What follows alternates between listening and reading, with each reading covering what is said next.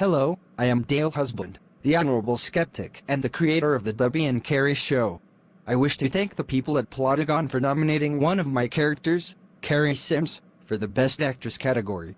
A link to the form where you can vote for her and others is below in the video's description. There are actually two versions of Carrie Sims in the Debbie and Carrie show, and to drum up interest in the character, I am releasing this feature to show both of them.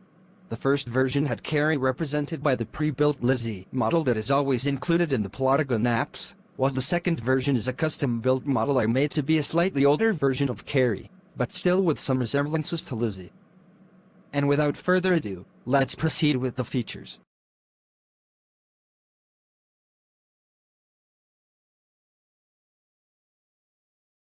What happened? Mother Jessica, where am I? You are at the hospital. Lucy found you lying in a pool of blood after you had slit your wrists. You were rushed to the ER and given a blood transfusion to save your life. Right, the thing Jehovah's Witnesses aren't allowed to accept. I'm so thankful the doctors could save you, but why would you attempt suicide? I'm sorry. The more research I did on the world, its history, its current status and what could happen in the future, the more convinced I became that the world is going to hell. And it is all the fault of white people like us.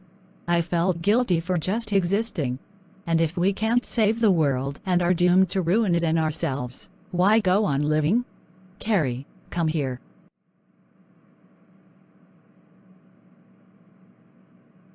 Yes, white people have done a lot of horrible things and they will continue to do horrible things as long as we have the ability to do evil.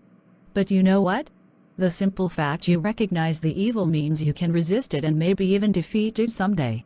But that will never happen if you surrender to the evil. If you had died last night, evil would have won for sure. Carrie, Lucy and I love you so much that we would die to save you. Your life is more precious than all the gold in Fort Knox a million times over. It is your connection to me, Lucy, Debbie, and others that makes you special. That makes you loved. That makes your life have meaning.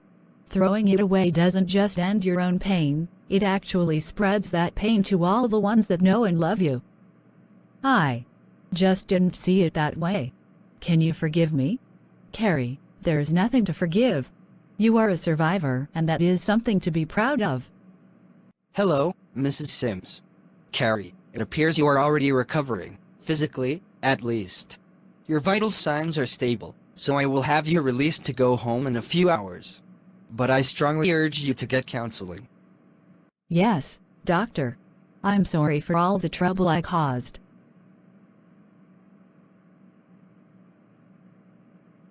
How do you feel, Carrie? Like an idiot. The thought of you possibly attending my funeral and then missing me afterwards shatters my heart. I can't tell you how sorry I truly am. My mother told me something interesting on the way here. She said, suicide is not an act of weakness, it is a sign that the victim has tried to be strong on her own for too long.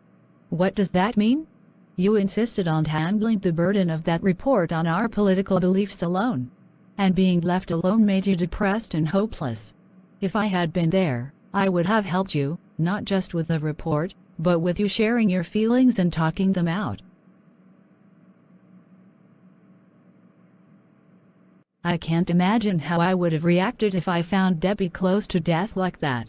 It seems I should return the favor now that you did for me after Rich was killed. You already did enough by bringing Debbie here. Mother Lucy.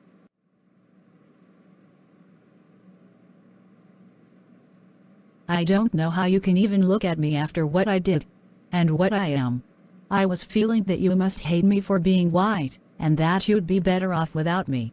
No, Carrie, I would never hate you for being white. You are not to blame for anything your ancestors did to my ancestors. When you were born, a nurse put you in my arms after Jessica held you for a couple of minutes. And I didn't see a white baby. I saw my beautiful daughter. And you are my beautiful daughter still. And forever. Thank you, Mother Lucy. Let's go home. It has been 2 months since the Sims couple and Vicky moved back to the town in Texas after their brief stay in Boston. And now someone has arrived from Boston to visit them. However, So I invited Chandra and Renee to come visit me next summer. The summer camp that was burned up has now been rebuilt, so I hope they will like it. And I want them to meet Paul and others in our town too. Good. We can. I'll get that. Hello, Mrs. Sims. Perhaps you don't remember me, but I am Angel Micron. Carrie and I used to be classmates. Oh, you were much more than that, weren't you? You were supposed to be Carrie's best friend. Until you stole her boyfriend from her. When Carrie found out what you did, she cried her eyes out. It's a good thing we moved away from Boston soon afterwards. Carrie wanted to kick your ass. Well, if she had, I would have deserved it. This was supposed to be her address, so I thought I should meet with her again and apologize. Is she here? No, she is living in a mansion on the other side of town with her wife and son. One moment. Carrie, you remember Angel, who used to be your best friend in school?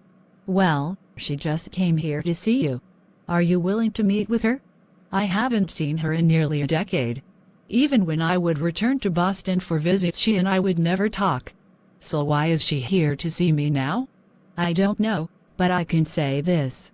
She is alone and she seems depressed. She says she is sorry for betraying you. I don't want her coming to my home. Give her the address to the Tuscany Tavern and I will meet her there in 1 hour. Good idea. I will also tell Lucy to expect you. Welcome to the Tuscany Tavern. What would you like to order? A large pepperoni pizza and a glass of red wine, please. Sure, hi. Excuse me. I'm sorry to bother you, Mrs. Sims, but I think I may be going into labor now. Those cramps I was feeling earlier are getting worse and... Ow. Your water just broke. I will call for an ambulance and I will also call Eric. Okay, but I still need to give you this.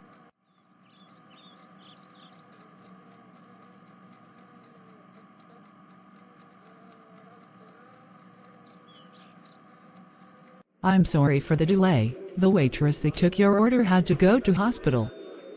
Is she having her baby now? She looked like she was about to pop. Yes. And aren't you Angel, who used to be Carrie's friend? So this Angel stole your first boyfriend from you when you had just turned 13. Yes.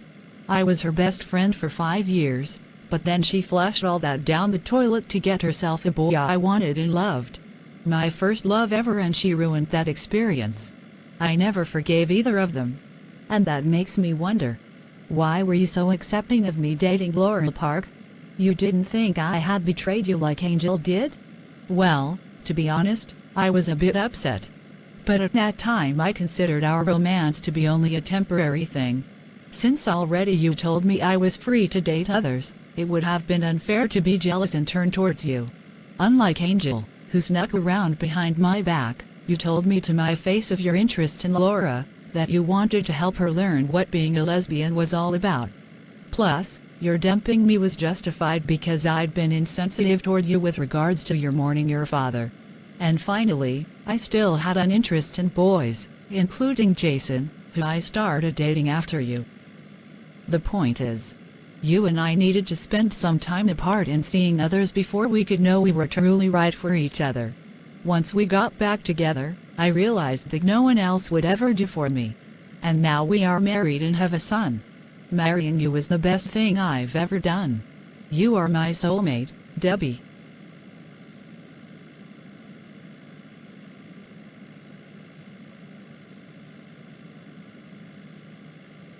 Debbie and Carrie now arrive at the Tuscany Tavern. Carrie, are you sure you want to see her? I can only assume she came all this way to try to make things right with me. Let's get this over with.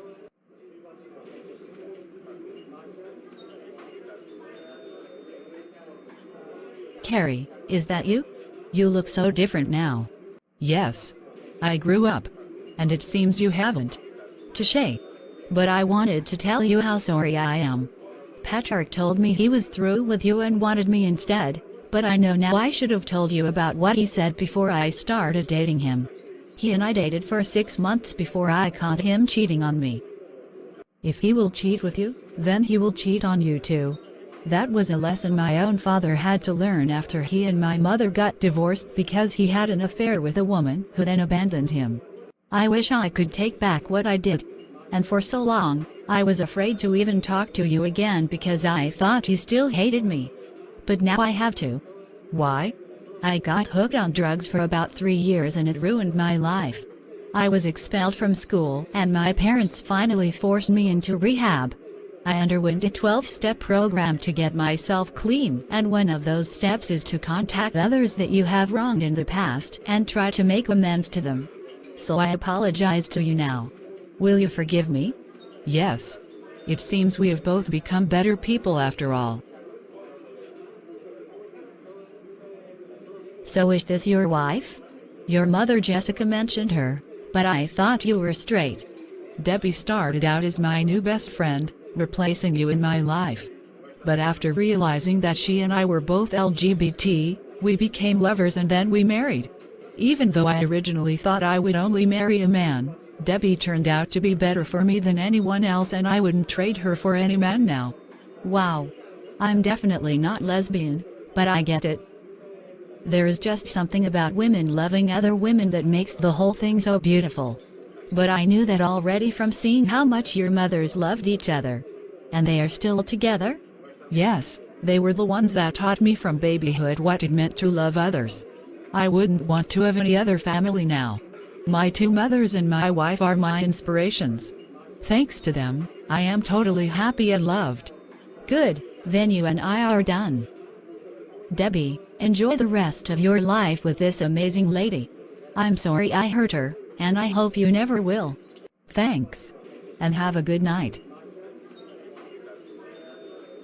So how do you feel now? Much better. Forgiving Angel was the right thing to do.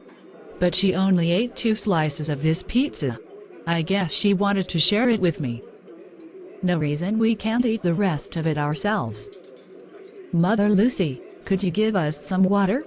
Sure. Enjoy your free meal.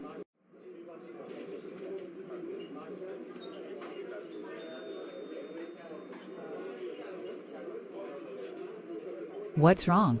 Why aren't you eating the pizza? Aren't you upset at me for lying to you years ago? When you first told me about your interest in Laura Park, you also said that even if you were with her permanently, you would remember me as your first love. And then I said you were my first love. But you were not. Patrick was. But at the time I didn't think I'd ever have to talk about him with you. It was like he had never existed. My assumption was that Patrick couldn't have been a true love for you like I am, because he abandoned you for Angel. From the start I was far more loyal to you than he was. A casual dating experience does not a true love make. You are right, Debbie. I just wish you had indeed been part of my first dating relationship and I'd never met Patrick. And I meant what I said to Angel. To the end of my life, no one will ever take your place in it.